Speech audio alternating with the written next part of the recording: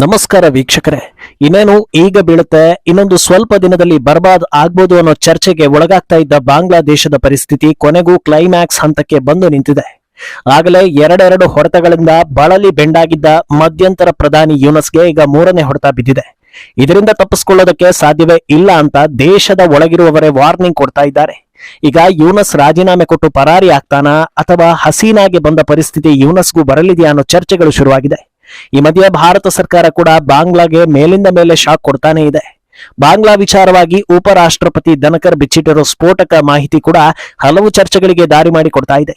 ಇನ್ನೊಂದೆಡೆ ಪಾಕ್ ವಿಚಾರದಲ್ಲಿ ಮೋದಿ ಸರ್ಕಾರ ತೆಗೆದುಕೊಂಡ ನಿಲುವು ಅಚ್ಚರಿಗಳನ್ನ ತರಿಸ್ತಾ ಇದೆ. ಇದೆಲ್ಲವನ್ನ ಒನ್ ಬೈ ಒನ್ ವಿವರಿಸ್ತಾ ಹೋಗ್ತೀವಿ. ಈ ವಿಡಿಯೋವನ್ನ ತಪ್ಪದೆ ಕೊನೆ ತನಕ ನೋಡಿ. ಅದಕ್ಕೂ ಮುನ್ನ ಮೀಡಿಯಾ ಮಾನ್ಸ್ಟರ್ ಚಾನಲ್ ಅನ್ನ ತಪ್ಪದೆ ಸಬ್ಸ್ಕ್ರೈಬ್ ಮಾಡಿ. ಎಸ್, ಭಾರತದಿಂದ ಬೇರ್ಪಟ್ಟಿರೋ ಪಾಕಿಸ್ತಾನ ಹಾಗೂ ಬಾಂಗ್ಲಾ ಭಾರತಕ್ಕೆ ಹೇಗೆಲ್ಲ ಕಾಡ್ತಾ ಇದೆ ಅನ್ನೋದನ್ನ ನೋಡ್ತಾ ಇದ್ದೀರಾ. ಪಾಕಿಸ್ತಾನ ನೇರವಾಗಿ ಭಾರತವನ್ನ ಕೆಣಕಿ ಹೊಡೆತವನ್ನ ಅನುಭವಿಸ್ತಾ ಇದೆ. ಆದ್ರೆ ಬಾಂಗ್ಲಾ ವಿಚಾರದಲ್ಲಿ ಸ್ವಲ್ಪ ಬೇರೆ ರೀತಿಯ ಪರಿಸ್ಥಿತಿ ಇತ್ತು. ಯಾಕಂದ್ರೆ ಬಾಂಗ್ಲಾದ ಒಳಗಿರೋ ಹಿಂದೂಗಳ ನರಮೇಧ ಆಯ್ತು. ಭಾರತವನ್ನ ನೇರವಾಗಿ ಕೆಣಕೋದಕ್ಕೆ ಬರಲಿಲ್ಲ. ಇಂಥ ದೌರ್ಜನ್ಯವನ್ನ ಎಷ್ಟೇ ಖಂಡಿಸಿದ್ರೂ ಅಂತಿಮವಾಗಿ ಅದು ಅವರ ದೇಶದ ಆಂತರಿಕ ವಿಚಾರ ಅನ್ನೋದನ್ನ ಒಪ್ಪಿಕೊಳ್ಳೋ ಹಾಗಾಗಿತ್ತು. ಆದ್ರೆ ಬಾಂಗ್ಲಾವನ್ನ ಹೇಗೆ ಹಿಡಿಯಬೇಕೋ ಆ ರೀತಿ ಹಿಡಿಯೋ ಕೆಲಸ ಆಗಿದೆ ಅನ್ನೋದಕ್ಕೆ ಈಗ ಸಾಕ್ಷಿಗಳು ಸಿಗ್ತಾನೆ ಇವೆ. ಹಂತ ಹಂತವಾಗಿ ಬಾಂಗ್ಲಾ ಅಂತ್ಯದ ಹಾದಿಯನ್ನ ಹಿಡಿತಾ ಇದ್ದು ಈಗ ಮತ್ತೊಂದು ದೊಡ್ಡ ಶಾಕ್ ಆದಿದೆ. ಬಾಂಗ್ಲಾ ಆರ್ಥಿಕವಾಗಿ ಪಾಪರಾಗೋದನ್ನ ತಪ್ಪಿಸೋದಕ್ಕೆ ಸಾಧ್ಯವಿಲ್ಲ ಅಂತ ಅಧಿಕಾರ ದಾಹದಿಂದ ಪಿಎಂ ಕುರ್ಚಿಯಲ್ಲಿ ಕೂತಿರೋ ಯೂನಸ್ಗೆ ವಾರ್ನಿಂಗ್ ಕಾಲ್ ಬಂದಿದೆ. ಈಗ ಯೂನಸ್ಗೆ ಎಚ್ಚರಿಕೆ ಕೊಡ್ತಾ ಇರೋದು ಬಾಂಗ್ಲಾದ ಇಂಡಸ್ಟ್ರಿಯಲಿಸ್ಟ್ಗಳು. ಮೊದಲೇ ಬಾಂಗ್ಲಾದಲ್ಲಿರೋ ಅವ್ಯವಸ್ಥೆಗಳಿಗೆ ಇಂಡಸ್ಟ್ರಿಗಳು ಸರ್ವೈವ್ ಆಗ್ತಾ ಇರೋದೇ ದೊಡ್ಡ ವಿಚಾರ. ಈಗ ಇದರ ಮಧ್ಯೆ ಯೂನಸ್ ಸರ್ಕಾರ ಪೂರೈಕೆಯೇ ಆಗದೇ ಇರೋ ಗ್ಯಾಸ್ಗೆ ಚಾರ್ಜ್ ಹಾಕೋದಕ್ಕೆ ಶುರು ಮಾಡಿದೆ. ಇದರಿಂದ ರೊಚ್ಚಿಗೆದ್ದಿರೋ ಇಂಡಸ್ಟ್ರಿಯಲಿಸ್ಟ್ಗಳು ಹೀಗೆ ಮುಂದುವರೆದ್ರೆ ಬಾಂಗ್ಲಾ ಆರ್ಥಿಕವಾಗಿ ದೊಡ್ಡ ಪತನ ಕಾಣೋದು ಗ್ಯಾರಂಟಿ ಅಂತ ಎಚ್ಚರಿಕೆ ಕೊಟ್ಟಿದ್ದಾರೆ. ಅಂದ್ಹಾಗೆ ಹಸೀನಾ ಕಾಲದಲ್ಲಿ ಭಾರತದ ಸುತ್ತಮುತ್ತ ರಾಷ್ಟ್ರಗಳಲ್ಲೇ ಆರ್ಥಿಕವಾಗಿ ಸುಭದ್ರವಾಗಿದ್ದ ದೇಶ ಬಾಂಗ್ಲಾ ಆಗಿತ್ತು. ಆದ್ರೆ ಈಗ ಬಾಂಗ್ಲಾಗೆ ವಿದೇಶಿ ಇನ್ವೆಸ್ಟ್ಮೆಂಟ್ ಬರ್ತಾ ಇಲ್ಲ. ಮತಿಗೆಟ್ಟವರಂತೆ ವರ್ತಿಸ್ತಾ ಇರೋ ಬಾಂಗ್ಲಾ ಮತಾಂಧರು ಕಟ್ಟಡಗಳನ್ನ ಕೆಡಬಹುದು, ಶೋರೂಮ್ಗಳನ್ನ ಒಡೆಯೋ ಕೆಲಸ ಮಾಡಿದ್ಮೇಲೆ ಅಲ್ಲಿ ಇನ್ವೆಸ್ಟ್ ಮಾಡೋದಕ್ಕೆ ಯಾರು ಮುಂದಕ್ಕೆ ಬರ್ತಾ ಇಲ್ಲ. ಬಾಂಗ್ಲಾದಲ್ಲಿ ಆರ್ಥಿಕ ಪರಿಸ್ಥಿತಿ ಕುಸಿತದ ಹಿನ್ನೆಲೆ ಲೇ ಆಫ್ ಆರಂಭವಾಗಿದ್ದು ಫ್ಯಾಕ್ಟರಿಗಳೆಲ್ಲ ಒಂದೊಂದಾಗಿ ಕ್ಲೋಸ್ ಆಗ್ತಾ ಇದೆ. ಹೀಗೆ ಮುಂದುವರೆದ್ರೆ ಇನ್ನು ಕೆಲವೇ ದಿನಗಳಲ್ಲಿ ಬಾಂಗ್ಲಾ ಪತನ ತಡೆಯೋದಕ್ಕೆ ಯಾರಿಂದಲೂ ಸಾಧ್ಯವಿಲ್ಲ ಅನ್ನೋದು ವಾಸ್ತವ. ಇದಕ್ಕೂ ಮುಂಚೆಯೇ ಯೂನಸ್ ಬೆನ್ನಿಗೆ ಇನ್ನಷ್ಟು ಸಂಕಷ್ಟಗಳು ಅಂಟಿಕೊಂಡಿದ್ವು ಅನ್ನೋದನ್ನ ಹೇಳಿದ್ವಿ. ಕಳೆದ ವಾರವಷ್ಟೇ ಯೂನಸ್ ರಾಜೀನಾಮೆಗೆ ಬಾಂಗ್ಲಾ ಆರ್ಮಿ ಚೀಫ್ ಒತ್ತಾಯ ಮಾಡಿದ್ರು. ನೀವು ಅಧಿಕಾರ ಹಿಡಿದಿರೋದು ಸರಿಯಾದ ದಾರಿಯಲ್ಲಿ ಅಲ್ಲ, ಹಾಲಿ ಪ್ರಧಾನಿಯನ್ನ ಓಡಿಸಿ ಖಾಲಿ ಇದ್ದ ಕುರ್ಚಿಯಲ್ಲಿ ಕೂತ್ಕೊಂಡಿದ್ದೀರಾ, ಹೆಚ್ಚು ದಿನ ಹೀಗೆ ಮುಂದುವರಿಯೋದಕ್ಕೆ ಸಾಧ್ಯವೇ ಇಲ್ಲ, ಎಲೆಕ್ಷನ್ ಮಾಡಬೇಕು, ನೀವಾಗಿಯೇ ರಾಜೀನಾಮೆ ಕೊಟ್ಟು ಹೋಗ್ಬಿಡಿ ಅಂತ ವಾರ್ನಿಂಗ್ ಕೊಟ್ಟಿದ್ರು. ಅಲ್ಲದೆ ಡಿಸೆಂಬರ್ನಲ್ಲಿ ಎಲೆಕ್ಷನ್ ನಡೆಸೋದಕ್ಕೆ ಆರ್ಮಿ ಕಡೆಯಿಂದ ತಯಾರಿ ಕೂಡ ನಡೀತಾನೆ ಇದೆ. ಆದ್ರೆ ಅಧಿಕಾರಕ್ಕೆ ಅಂಟಿ ಕೂತಿರೋ ಜಿಗಳೆಯಂತಿರೋ ಯೂನಸ್ಗೆ ಕುರ್ಚಿ ಬಿಡೋದಕ್ಕೆ ಇಷ್ಟ ಇದ್ದಂತೆ ಕಾಣಿಸ್ತಾ ಇಲ್ಲ. ಆದ್ರಿಂದ ಪರಿಸ್ಥಿತಿ ಎಷ್ಟೇ ವರ್ಸ್ಟ್ ಆಗ್ತಾ ಇದ್ರೂ ರಾಜೀನಾಮೆ ವಿಷಯದ ಬಗ್ಗೆ ತುಟುಕ್ ಪಿಟುಕ್ ಅಂತ ಇಲ್ಲ.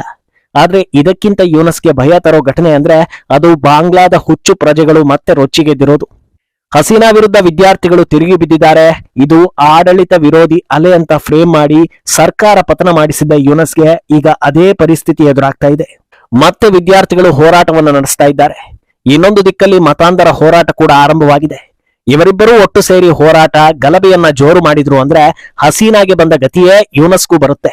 ಹಸೀನಾರನ್ನ ಓಡಿಸಿ ಪ್ರಧಾನಿ ನಿವಾಸಕ್ಕೆ ನುಗ್ಗಿದ್ದ ರಕ್ಕಸರು ಅವರ ಒಳ ಉಡುಪುಗಳನ್ನೆಲ್ಲ ಕದ್ದು ಪ್ರದರ್ಶನ ಮಾಡಿ ತಾವೆಷ್ಟು ನೀಚರು ಅನ್ನೋದನ್ನ ತೋರಿಸಿದ್ರು. ಈಗ ಯೂನಸ್ ಅನ್ನ ಆಚೆ ಕಳಿಸಿ ಇನ್ನೇನನ್ನೆಲ್ಲ ಕದಿಬಹುದು ಅನ್ನೋ ಲೆಕ್ಕಾಚಾರಗಳು ನಡೀತಾ ಇವೆ. ಆದ್ರೆ ಒಂದು ವಿಚಾರ ಯೂನಸ್ಗೆ ದಿಗ್ಭ್ರಮೆಗೊಳಿಸ್ತಾ ಇದೆ. ಅದೇನಂದ್ರೆ ಹಸೀನಾರನ್ನ ಓಡಿಸುವಾಗ ತನ್ನ ಬೆನ್ನಿಗೆ ನಿಂತವರಲ್ಲ, ತನ್ನವರಲ್ಲ ಅನ್ನೋದು. ಮನುಷ್ಯರು ಅನ್ನೋದನ್ನೇ ಮರೆತು ರಾಕ್ಷಸರಂತೆ ವರ್ತಿಸ್ತಾ ಇರೋ ಬಾಂಗ್ಲಾದ ರಕ್ತ ಪಿಪಾಸುಗಳಿಗೆ ಯಾರ ಅಧಿಕಾರ ಇದ್ರೂ ವ್ಯತ್ಯಾಸ ಇಲ್ಲ. ಒಟ್ನಲ್ಲಿ ಗಲಾಟೆ ಗಲಭೆ ಹಿಂಸಾಚಾರ ಮಾಡೋದಷ್ಟೇ ಜೀವನ ಅನ್ನೋ ಹಾಗೆ ಬದುಕ್ತಾ ಇದ್ದಾರೆ. ಇದಿಷ್ಟರಿಂದಲೇ ಸುಧಾರಿಸಿಕೊಳ್ಳೋದಕ್ಕೆ ಒದ್ದಾಡ್ತಾ ಇರೋ ಯೂನಸ್ಗೆ ಭಾರತ ಕೊಡ್ತಾ ಇರೋ ಹೊಡೆತ ಅಕ್ರಮ ಬಾಂಗ್ಲಾ ನಿವಾಸಿಗಳನ್ನ ಆಚೆ ಕಳಿಸ್ತಾ ಇರೋದು. ಆಪರೇಷನ್ ಸಿಂಧೂರ್ ಹೊತ್ತಲ್ಲಿ ಶುರುವಾದ ಈ ಪ್ರಕ್ರಿಯೆ ಈ ಹಿಂದಿನ ಎಲ್ಲಾ ಸಲಕ್ಕಿಂತಲೂ ಬಹಳ ವೇಗವಾಗಿ ನಡೀತಾ ಇದೆ. ಬಿಜೆಪಿ ರಾಜ್ಯಗಳಲ್ಲಿ ಪ್ರತಿದಿನವೂ ಒಂದಷ್ಟು ಅಕ್ರಮ ಬಾಂಗ್ಲಾ ವಲಸಿಗರನ್ನ ಹಿಡಿದು ಆಚೆ ಕಳಿಸ್ತಾ ಇರೋದು ಸುದ್ದಿ ಆಗ್ತಾ ಇದೆ. ಇವರನ್ನ ಬಾಂಗ್ಲಾ ಗಡಿಯೊಳಗೆ ಹೇಗೆ ಬಿಡ್ತಾರೆ ಅನ್ನೋದನ್ನ ನಿನ್ನೆಯ ಎಪಿಸೋಡ್ ನಲ್ಲಿ ಹೇಳಿದ್ವಿ. ಇರೋ ಜನರನ್ನೇ ಮೇಂಟೈನ್ ಮಾಡೋದಕ್ಕೆ ಆಗ್ತಾ ಇಲ್ಲ. ಈ ಹೊತ್ತಲ್ಲಿ ಇವರೂ ಒಂದು ದಿಕ್ಕಿಂದ ಬಂದು ತುಂಬಿಕೊಂಡ್ರೆ ಏನ್ ಮಾಡೋದು ಅನ್ನೋ ಟೆನ್ಷನ್ ಶುರುವಾಗಿದೆ. ಅದೇ ಕಾರಣಕ್ಕೆ ಭಾರತ ಕಳಿಸ್ತಾ ಇರೋ ಜನರ್ಯಾರು ಬಾಂಗ್ಲಾ ಪ್ರಜೆಗಳಲ್ಲ ಅನ್ನೋ ಹೊಸ ರಾಗವನ್ನ ಯೂನಸ್ ಹಾಡೋದಕ್ಕೆ ಶುರು ಮಾಡಿದ್ದಾನೆ. ಆದ್ರೆ ಏನೇ ಸರ್ಕಸ್ ಮಾಡಿದ್ರು ಇವರು ಯಾರನ್ನು ಒಳಗೆ ಇಟ್ಕೊಳ್ಳೋದಿಲ್ಲ ಅನ್ನೋದು ವಾಸ್ತವ. ಈ ಹೊತ್ತಲ್ಲಿ ಉಪರಾಷ್ಟ್ರಪತಿ ಜಗದೀಪ್ ಧನ್ಕರ್ ಬಿಚ್ಚಿಟ್ಟಿರೋ ಮಾಹಿತಿ ಆತಂಕವನ್ನ ತರಿಸ್ತಾ ಇದೆ. ಭಾರತಕ್ಕೆ ಇಂದು ದೊಡ್ಡ ಮಟ್ಟದಲ್ಲಿ ಕಂಟಕ ಆಗ್ತಾ ಇರೋದೇ ಅಕ್ರಮವಾಗಿ ಇಲ್ಲಿ ನೆಲೆಸಿರೋ 20 ಮಿಲಿಯನ್ ಬಾಂಗ್ಲಾ ಹಾಗೂ ಪಾಕ್ ಪ್ರಜೆಗಳು ಅನ್ನೋದನ್ನ ಹೇಳಿದ್ದಾರೆ. 20 ಮಿಲಿಯನ್ ಅಂದ್ರೆ ಸರಿಸುಮಾರು 2 ಕೋಟಿ. ಭಾರತದಲ್ಲಿ ಮೊದಲೇ ಜನಸಂಖ್ಯಾ ಸ್ಫೋಟ ಆಗಿದೆ. ಕೆಲವರಂತೂ ಕಾಲಕ್ಕೆ ತಕ್ಕಂತೆ ಬದಲಾಗದೆ ಜನಸಂಖ್ಯೆಯಲ್ಲಿ ದೊಡ್ಡ ದೊಡ್ಡ ಕೊಡುಗೆಗಳನ್ನ ಕೊಡ್ತಾನೆ ಇದ್ದಾರೆ. ಅವರನ್ನ ಸಾಕೋದೇ ತೆರಿಗೆ ಕಟ್ಟೋ ಭಾರತೀಯರಿಗೆ ಕಷ್ಟ ಆಗ್ತಾ ಇದೆ. ಈ ಹೊತ್ತಲ್ಲಿ ಕೋಟಿ ಕೋಟಿ ಸಂಖ್ಯೆಯಲ್ಲಿ ಜಾಂಡ ಊರಿರೋ ಇವರನ್ನ ಸಾಕೋದು ಭಾರತೀಯರಿಗೆ ಯಾವ ಗ್ರಹಚಾರ ಹೇಳಿ? ಅಷ್ಟೋ ಇಷ್ಟೋ ಸಂಪಾದಿಸಿ ನೆಮ್ಮದಿಯ ಜೀವನ ಮಾಡೋಣ ಅಂದ್ರೆ ತೆರಿಗೆ ಕಟ್ಟೋದನ್ನ ತಪ್ಪಿಸೋದಕ್ಕೆ ಸಾಧ್ಯವಿಲ್ಲ. ತೆರಿಗೆ ಕಟ್ಟಿದ್ರೂ ಸರ್ಕಾರದಿಂದ ಒಂದು ಒಳ್ಳೆ ಫೆಸಿಲಿಟಿ ತೆರಿಗೆ ಕಟ್ಟೋರಿಗೆ ಸಿಕ್ಕೋದಿಲ್ಲ. ಜೀವನ ಪೂರ್ತಿ ಗಂಡ ಹೆಂಡತಿ ದುಡಿಯೋದಲ್ಲ, ಕಂಡೋರ್ ಮಕ್ಕಳನ್ನ ಸಾಕೋದಕ್ಕೆ ಅಂದ್ರೆ ಹೇಗಾಗ್ಬೇಡ ಹೇಳಿ? ಆದ್ರಿಂದ ಭಾರತದ ಭದ್ರತಾ ದೃಷ್ಟಿಯಿಂದ ಮಾತ್ರವಲ್ಲದೆ ಎಲ್ಲಾ ರೀತಿಯಲ್ಲೂ ಈ ಅಕ್ರಮ ವಲಸಿಗರು ಭಾರತಕ್ಕೆ ಕಂಟಕವೇ ಅನ್ನೋದು ಮತ್ತೆ ಮತ್ತೆ ಸಾಬೀತಾಗ್ತಾ ಇದೆ. ಈಗ ಭಾರತ ಸರ್ಕಾರ ಹೋಗ್ತಾ ಇರೋ ಸ್ಪೀಡ್ ನೋಡಿದ್ರೆ ದೊಡ್ಡ ಹಂತದಲ್ಲೇ ಇವರ ನಿರ್ಮೂಲನೆ ಆಗೋದು ಗ್ಯಾರಂಟಿ ಅನ್ನಿಸ್ತಾ ಇದೆ. ಇನ್ನು ಇತ್ತ ಪಾಕಿಸ್ತಾನದ ಕಡೆ ನೋಡಿದ್ರೆ ಭಾರತ ಯುದ್ಧ ನಿಲ್ಲಿಸಿದ್ರೂ ಪಾಕಿಸ್ತಾನದಲ್ಲಿ ರಕ್ತಪಾತ ನಿಂತಿಲ್ಲ. ಇಷ್ಟು ದಿನ ಭಾರತದ ಜೊತೆಗೆ ಬಲೂಚ್ ಆರ್ಮಿ ಮಗ್ಗಲ ಮುಳ್ಳಾಗಿ ಕಾಡ್ತಾ ಇತ್ತು.